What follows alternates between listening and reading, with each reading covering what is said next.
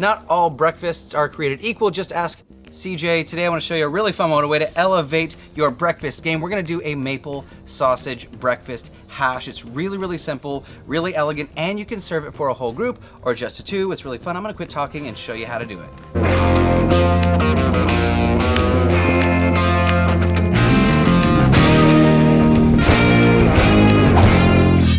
This one really is simple. It doesn't have a ton of ingredients, actually very few ingredients. We have some peppers, some onions, potatoes, spinach. I am gonna add tomatoes at the end, and I am missing my eggs. But luckily my son raises eggs. I'm gonna have Titus, can you go get me some eggs? Sure. He happened to be standing right by the camera, it's fine. So he actually raises a bunch of different eggs. We get mostly brown and white. They're really beautiful, but having your own fresh eggs on a daily basis is super fun. Very much. I've preheated my griddle to medium low. We don't want to go too fast and furious on this one, at least not yet. We might crank it up a little bit more when we get to our eggs. So I'm gonna take some maple sausage. I'm a huge fan of maple sausage. I don't know why, it just makes me feel like home. It's like something you expect at your sweet grandma's house. Maybe I'm just weird, maybe it's just nostalgia. So I'm gonna take all of that sausage, chop it up nice and thin, and make sure it gets nice and cooked. I'm gonna go about 90% before I add my potatoes. I've got red potatoes that I'm gonna dice up in the nice small bits. You want smaller bits so they cook faster and we get a really nice texture on the outside. Plus, cooking the potatoes in the sausage fat, money. Now let's get to our other vegetables. I do have some green bell peppers and some onion. The thing about a breakfast hash is it should be simple, so by all means, whatever vegetables you have lying in your refrigerator, say you have some green beans, some okra, if you're hardcore, you could absolutely throw whatever vegetables you have into your breakfast hash.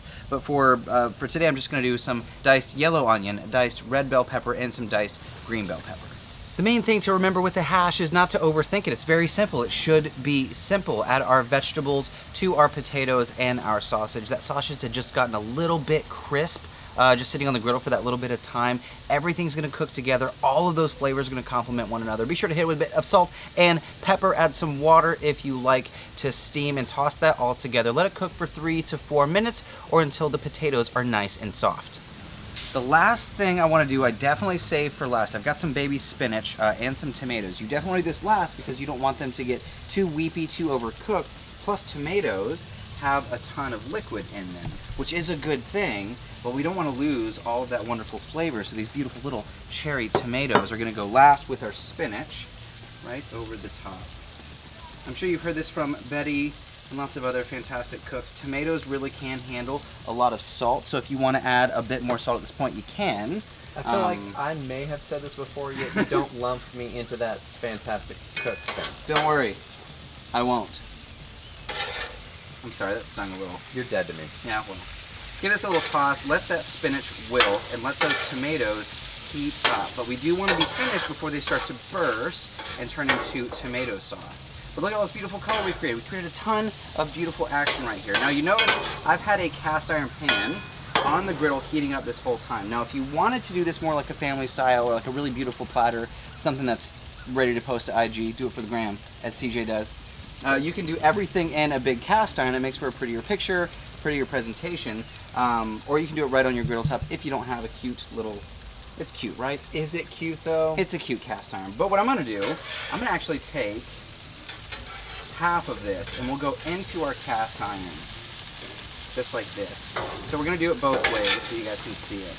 Now we have all those potatoes, the onions and peppers and spinach. That looks good. All right, so we have 2 different variations now. Now this cast iron was hot, it's not cold, so I'm putting hot food into a hot pan. But if you were making this on the griddle, basically flatten out, tomatoes are escaping, flatten out your little presentation here.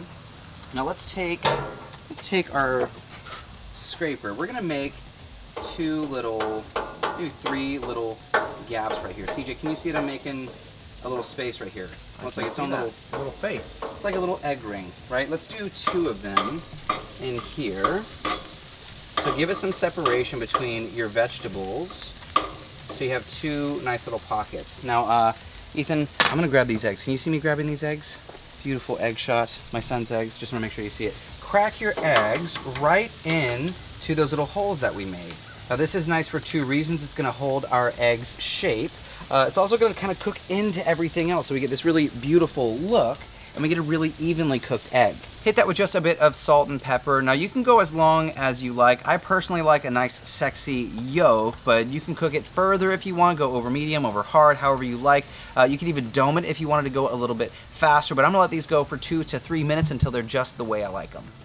It is breakfast time, my friends. I'm telling you, when you guys make this for your friends and family, it's one of those kind of wow moments, whether you do it in cast iron or you do it right on your griddle top. Actually, I'm gonna grab a little hand protector here because this cast iron is hot. I'm gonna bring this over for you. So you could serve it this way. This one has no cheese, the other one has cheese. Add cheese if you like, don't add cheese if you don't like. But we do need a plate for this guy. So let's take our spatula. You probably want to cut this into portions, so I'm gonna go ahead and take just kind of a little bit here. I want that egg to stay. Hey now, whoa, my dome attacked me. I don't know if you saw that. I'm gonna separate this a little bit, so, I mean it's a hash, so it's not gonna be like super tight and tidy, but that is okay. The cheese is gonna help hold everything together. And that, my friends, is a glorious serving. So if you're having a get-together, you could go here. Oh, I almost, did you see that? I almost grabbed it. That would have been Danger Will Robinson for movie lines. They happen. You can't even help it. Yep. So this is one of those things where, again, you can take your egg as far as you like. I do like this sexy egg. Should I do this one first? Yeah, look at that beautiful, gorgeous egg. Basically what we're looking for is a breakfast hash made for a king or a queen, and we have done it. Let's take a bite.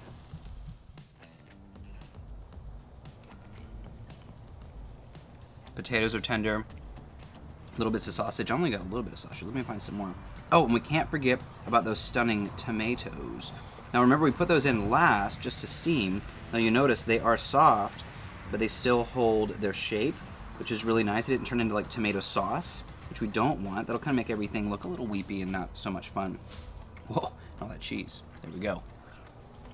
Whoa. Home run. So good. Thank you guys for hanging out. I really appreciate it. If you do want to make this recipe, you can find this one and a ton of others at blackstoneproducts.com. Don't forget to go to griddlenation.com for lots of fun swag and gear and t-shirts and stickers, all that fun stuff. Don't forget to check out CJ's show, Betty's show, Todd's show, Bruce's show, Destination Delicious. Way too many shows, or not too many. Maybe not enough. Maybe not enough. But this is Cook, Eat, Repeat, where we help you become a better cook one recipe at a time. I'm your host, Chef Nathan Lippy, and I'll see you guys in the next video.